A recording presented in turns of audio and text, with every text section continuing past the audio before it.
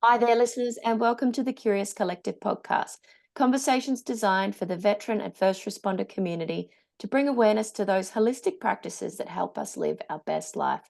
So tap into the wisdom and knowledge of our guests to heal, transform, and live as your true soulful self. Listeners, I have a guest coming to you today, all the way from New Zealand. Welcome. Uh, please introduce yourself and what it is you're doing in the world right now. Well, thanks, Kate. Kia ora, everyone. My name's Brendon, and Brendon Whitmore, and right now in the world, I'm doing craniosacral therapy, prenatal and birth therapy, and ecotherapy. Are my sort of three main modalities, and encompassing all that is a whole bunch of other Yeah. um, Multifaceted. multifaceted. Yeah. Do you know what I love the most is ever since my very first episode, I have wanted someone on this podcast that does craniosacral therapy. And when I found you, I'm like, oh, there he is. So can you please tell the listeners what that is? Because so many people would not have a clue. Sure. So craniosacral therapy it's a very reverential light touch therapy. So utilizing touch is one of the primary modes of that modality, and it's really allowing the trusting of the body's inherent wisdom to orientate to health, basically, is the essence of it. And it comes out and developed out of osteopathic medicine.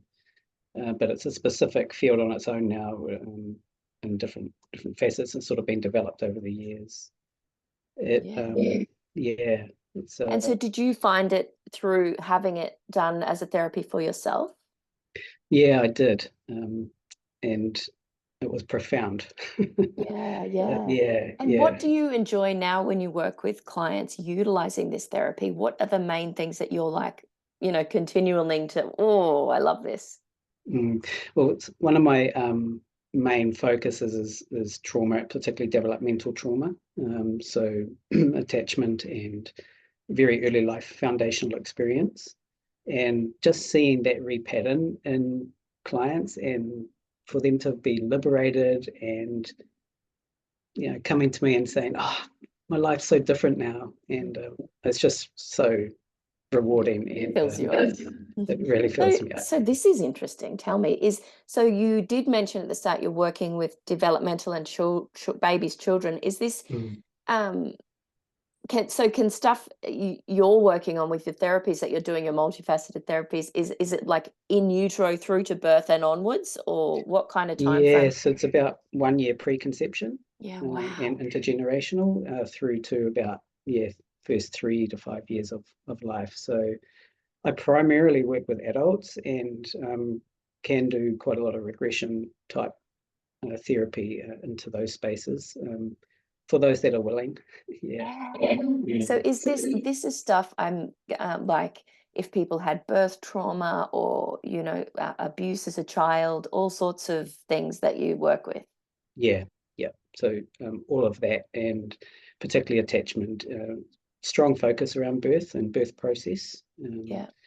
Yeah, do run group orientated birth process workshops, which are just something that it could be a whole podcast. Yeah, couldn't it just? Yeah, that work is, but yeah, it really touches me. Very tender and very reverential. Very, very. I would agree with that. Also, the how you spoke into the body's inherent wisdom. Could you expand on that a bit more and share with the listeners your perception of that? Sure. So, a lot of our,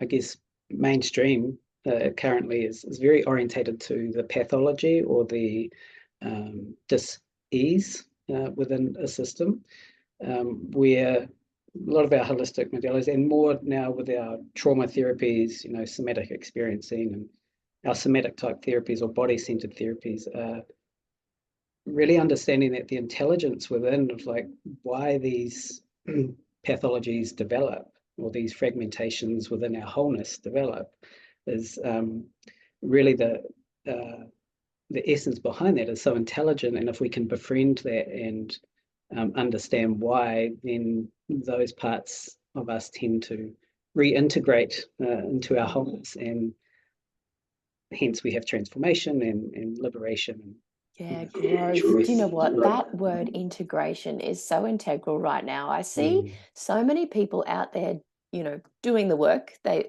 are doing the work, but they're missing that integration piece. So they keep doing the work and keep seeking. And it's like, just stop for a bit. Yeah, yeah, yeah. I mean, there's an interesting thing around stopping is that, if we stop, um, usually that provides us insight and clarity. But when we constantly going at speed and not stopping, then we end up with an insight barrier, and then just a spiral, and we just keep Yes. going and going, like the Yeah. Energizer Bunny. Yeah, absolutely. That's a good analogy. So I would love you to share with the listeners your story of how you got to be doing this amazing work that you're doing now. Mm. Well, I could say, I was in the New Zealand Defence Force. I joined the Navy when I was 17 and had a 14-year career um, in defence. And I found myself deployed to Kabul, Afghanistan in 2009 for just shy of 9 months. And that was like rolling the dice every day, um, you know. And so came home from there, and that speed like that we were just speaking about was very present in my system, and I was very hyper vigilant. And what I understand now is that that PTSD type symptoms were such an intelligent response because that's what kept me safe. Mm. And Thank you, as body. that's right. Thank you, body. Yeah, thank you, nervous system. You're amazing. Yeah. And so um, it was a really good mate who actually, when I came back, he was like, "Hey, you're just not yourself. You're not who left, and Mm. maybe you should go have a chat with someone." And so I did do that, and it was really hard from that mindset of harden up, take the concrete pill, get off of it. Um, and so I went to a couple of psychologists, and they said, "Oh, well, this is what's happening. Uh, Go to the gym." Mm. Or and I said, Cheers. "Well, Thanks. I'm That's really really going to help my nervous yeah, system. I'm really already going for six times a week." So they're like, "We'll double it," and I'm like, Oh, "Yeah, I'm not sure if that's the best advice." Um, and and what I understand now is that that's just a strategy, right? Like, there's a lot of I guess therapies out there that prescribe strategies to help behavior modification or change, um, where my interest is around getting to the origins, getting to the roots, so that absolutely. we don't have to employ strategies and don't have to. Um, and so that continued for a while. And I actually met a guy from Cirque du Soleil and started training in aerial circus arts, Fun. freelancing a little bit, yeah, which was a very curious time. And there was a lot of risk within that, and that Mm. was feeding this part of me that was, you know, would do risky things to prove that it could be safe. Yeah. Yeah. Yeah. Very much.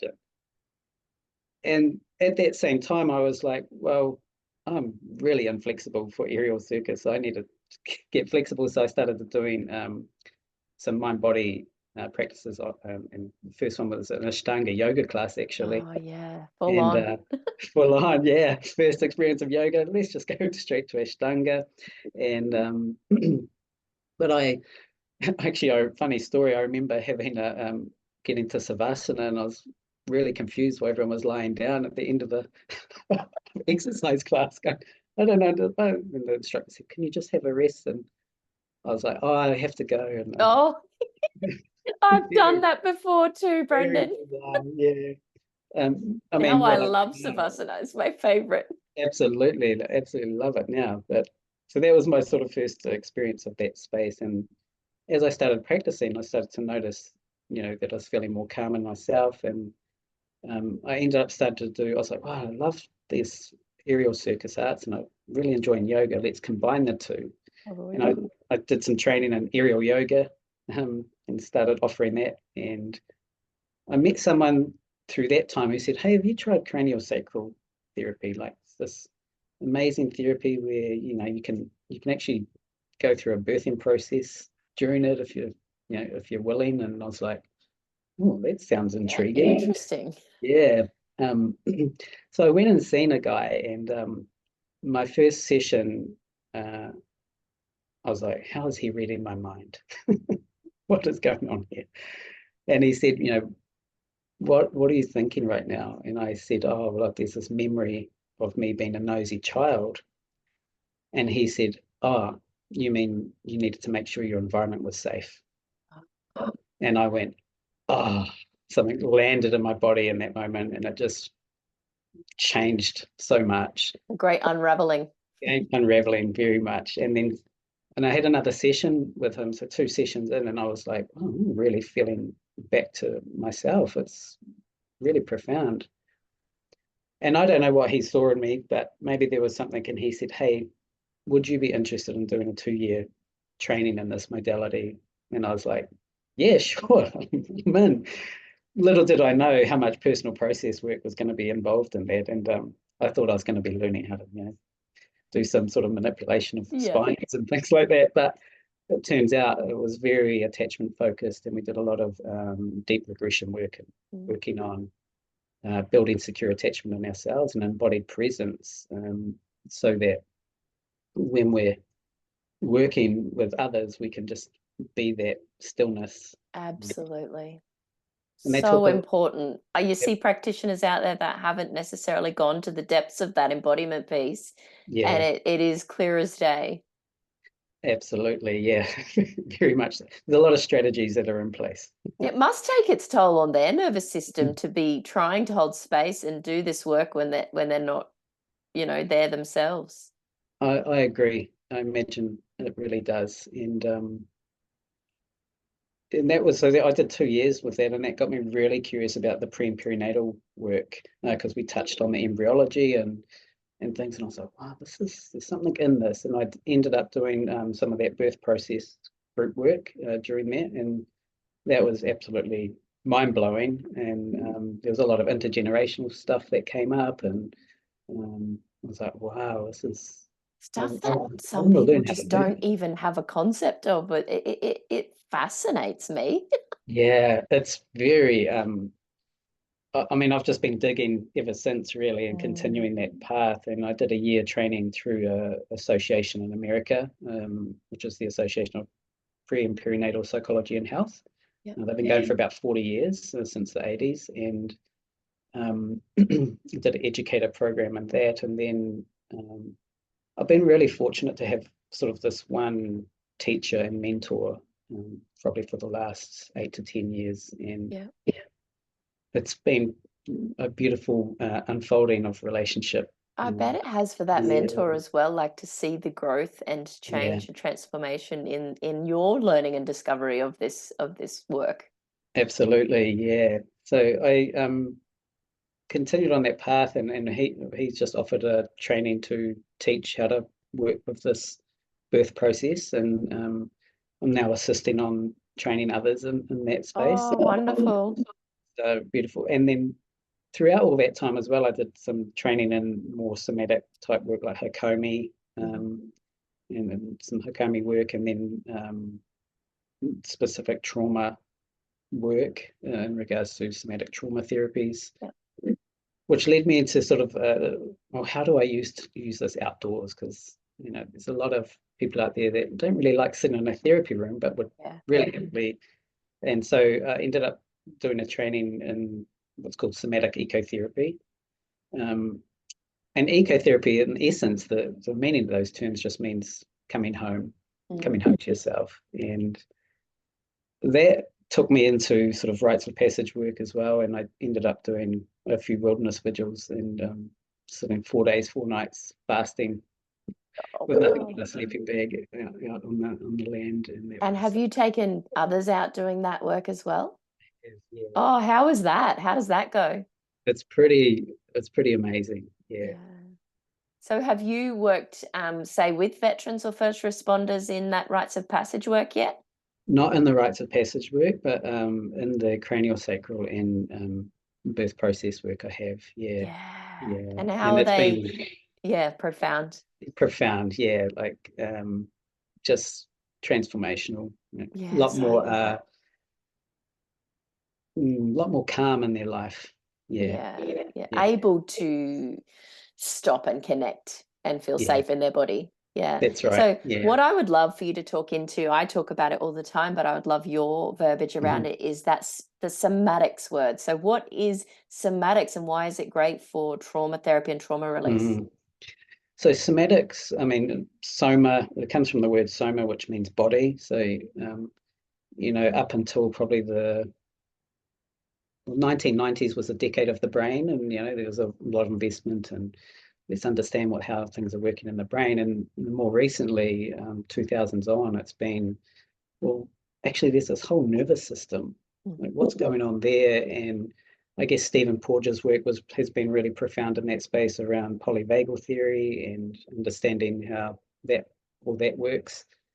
And so, for me, what I know is that the body, as Bessel van der Kolk would say, the body keeps the I score. love And that book.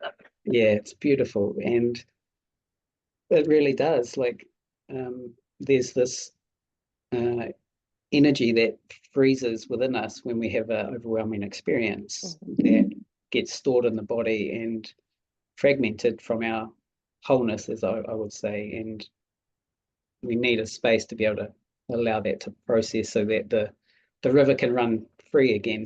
And Yeah, that's a great analogy. yeah, No one wants the stagnant pond water. no one wants this stagnant pond water. No, No. not at all.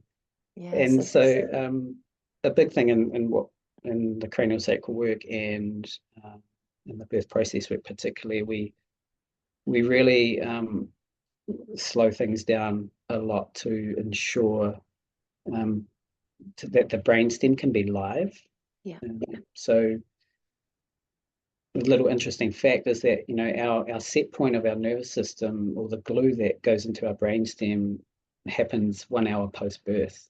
Oh, wow. Yeah, and it's around the balancing of sort of the endocrine and nervous system, oxytocin and things like that. But that kind of sets in our brainstem, and that's where we operate from in our life. And what we want to do in this craniosacral and then the birth process work is like, let's allow that brainstem to become live, to be open for a missing experience, and change the set point.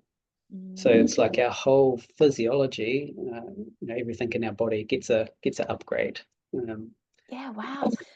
What's coming to my mind is, I've got three young children. Lucky enough mm, for me, when I had them, I was able to keep them on me for ages. I didn't let them go, mm. right? But I know of friends of mine that wham bam had the baby out of the hospital in 45 minutes. I'm like, then the kid would be strapped into a little a car seat on the way home, not even being held. That if you're saying that's an hour after birth, I'm like, whoa.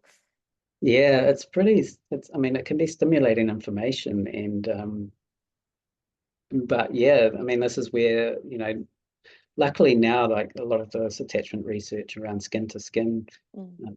in that immediate stage 4 of birth is being really practiced now in the mainstream, where it's like, yeah, rather than whipped away and Yeah, the nurses kept trying to make me put my babies down. I'm like, I'd pick them straight back up and hold yeah, them. Like, that's what that's I'm it. here for. Give them to Yeah, me.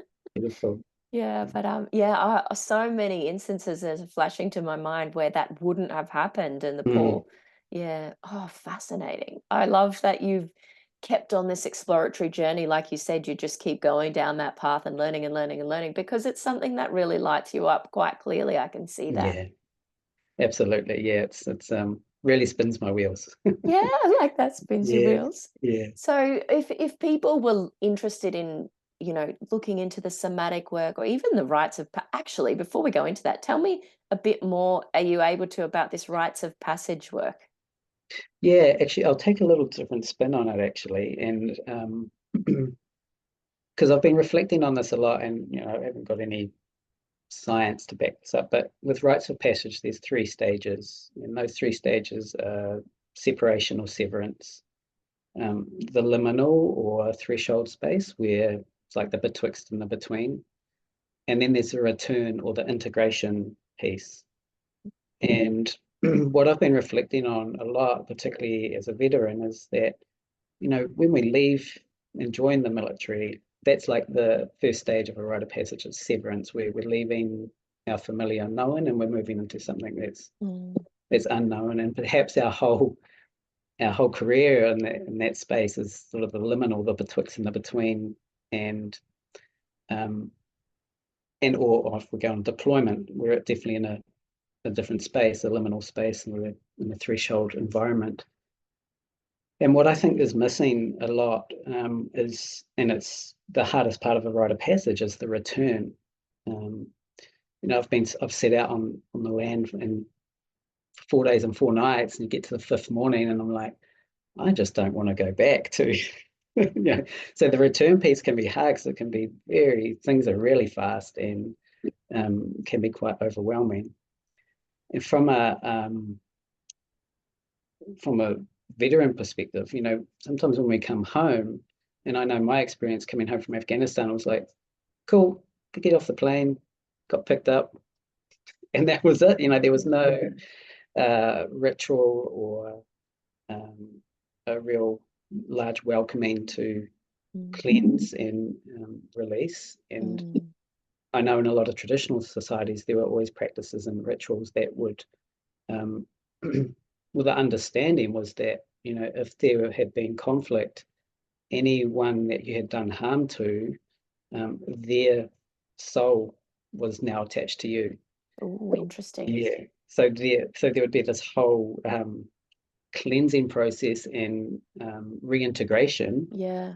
so that um, so that you could come back into the community and be a loving member. And it reminds me of the Vietnam veterans and the welcoming they got, and then also then when you look at the World War II veterans and from Japan, and the ones that were on the island still thinking they were in conflict, but then they got this huge welcoming, and they actually didn't have ongoing problems. Yeah, interesting. And now I'm sort of going to loop back into the prenatal and birth work, is that so how we're welcomed matters. Yeah, And so, absolutely. Welcomed yeah, into the world. it's that, yeah, welcomed into the world, and then how we welcomed back into community after these larger rites of passage and these three phases. Oh, Brendon, I just felt that through my whole body. Mm. Oh my goodness, that is Yeah, quite profound. yeah, Yeah, I love how you have just used that sort of way to describe it is associating it with that veteran journey, because it's mm, so true that that welcoming home to the self, coming back to who you are after military, after you've been serving or doing yeah, all the things. Even first responders, they are the job. They have to be the job. They have to show up and do that every single day. And they see trauma absolutely. every single day. Yeah, It's like, even after a shift, doing a little ceremony for yourself where you cleanse would be fantastic. yeah, A absolutely. Yeah, practice. Yeah. Oh my yeah, goodness. the power of ritual. Yeah, Yeah, absolutely. It's sort of honoring yourself as well, isn't it? it is. Yeah, And, for and sure. your and Yeah. your existence on this earth. I once went to this training with this beautiful woman down the Gold Coast, and she, to give us context about why we were there, showed us a birth video. So it was showing, a cell, and then or the Mm, actual process, and then a cell growing, growing, growing, baby, baby, baby, baby. And then she stopped the screen, and she was this quite, no BS lady. And she goes, see, that's a miracle. You're a mm, miracle. So why are you wasting your life? I'm like, yeah. yeah, Why aren't you honoring that you actually grew all your organs? And do you touch your absolutely. body and go, thank you, liver, for, you know? It's, I mean, I'm very fascinated with embryology, and I think that's a whole world of language to learn, and that. But there's particularly implantation is just this absolute phenomenal Yeah, if act. someone, even the not, natural process that actually, like, say two ladies would want to have a baby that go and have that implantation of that, that would be Absolutely. interesting. Yeah, it's very such a reverential. Uh, Anytime I look into embryology deeper, it's just the heart just lights up, and it's like, Mm. oh, I know this. I've been Yeah, there. a deep remembering. Yeah. And from an attachment point of view, a lot of therapies, a lot of psychotherapies look at attachment from birth onwards. Mhm. We tend to look at attachment, the way written the pre and perinatal work is from that preconception, but particularly implantation is that first time we're actually coming into relationship with another. So we sort of, I've done some pretty amazing regressions back to that tiny cell space. Yeah, wow. Isn't it Incredible. amazing what you can do? Yeah. And Yeah, that, like that information is in the body, that intelligence is there. absolutely. And that's something I think a lot of people are unaware of or perhaps forget is, Yeah, this you're a human, infinite soul in a human body, and it is just such a magical thing. absolutely. It really is. Yeah. We really are a miracle. Yeah, we Like, are. We yeah, don't honor ourselves enough. yeah. Yeah, I am fascinated by all the work that you do. If people were wanting to learn more about, say, craniosacral therapy, or even the rites of passage work you were talking Mhm. into, or even like wanting to do some sort of, going back and exploring their birth and welcome to the world, what advice do you have for people that are curious? Mm. Well, you use the curiosity Yeah. curiosity is a good quality to have, and if we can stay open and curious, we tend to stay away from judgment, Yeah. self-blame, and self-judgment, and things like that. So my advice would be stay open and curious, and enjoy the exploration. Absolutely, Yeah, absolutely. And tap into that infinite knowledge of the body and the great remembering that Brendan was talking about. absolutely. Yeah, it's all that information is inside you. All that intelligence is there. And Mm. sometimes we just need a little bit of assistance to access, to open the door. Yeah, Yes. absolutely. I like, and I've said it a few times on my podcast, is that the word intuition is actually inner tuition because you're learning Mm, about and studying yourself.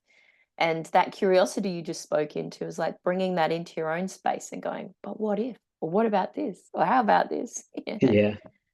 Yeah. And I find it really playful, actually. I think initially, there's anything new is going to stir some things up, but at a certain point, with that self-development work and exploring our innerness, is that it becomes really playful. Mm. It's like, yeah, let's go. Where are we going to go next? It's like an adventure. Yeah. And this is my interpretation of why a lot of us join the services. It's like, I want an adventure in my Yeah. life, and what better adventure there is to explore our inner world. Yes. Oh my gosh, what a fantastic point to end on. Explore your inner world. Thank you so much for all that you've shared just here with our short conversation together. Perhaps we'll get you back on one of my platforms to talk more into the specifics of some of the work that you do. But Sure. thank you so much for that brief introduction. We're so Um, grateful to have had you here with us today. my pleasure, Kate. And yeah, I hope it is useful to your listeners, and look forward to being in touch again. Absolutely. Katie out.